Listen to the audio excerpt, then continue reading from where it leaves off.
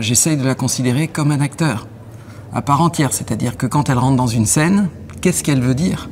Et quand elle en sort, qu'est-ce qu'elle veut dire aussi? J'entends la musique qui sort du film et tout mon travail avec ma petite expérience, c'est d'essayer de traduire ce sentiment interne pour que ça puisse être reproductible.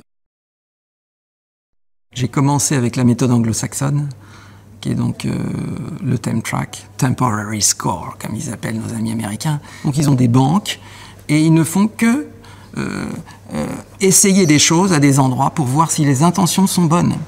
Et le compositeur, après, refait à la manière d'eux, en y apportant son homogénéité, son talent, bien sûr.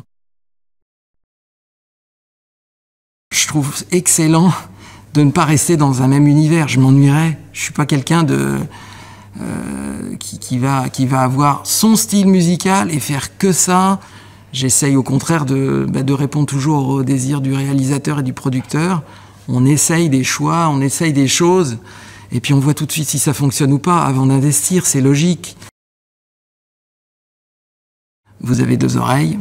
On peut faire circuler, si on a envie, à partir de 2 enceintes, une mouche autour de votre tête. Si vous utilisez des sons samplés, tout le monde a demandé à faire un do, tout le monde joue le do. Si vous faites un ré juste à côté, tout le monde a fait le ré.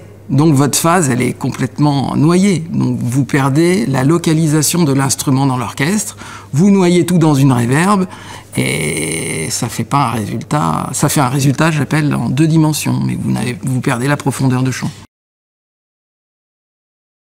Il y a le scénariste, le réalisateur et le compositeur. Ce sont les 3 pôles de création dans un film.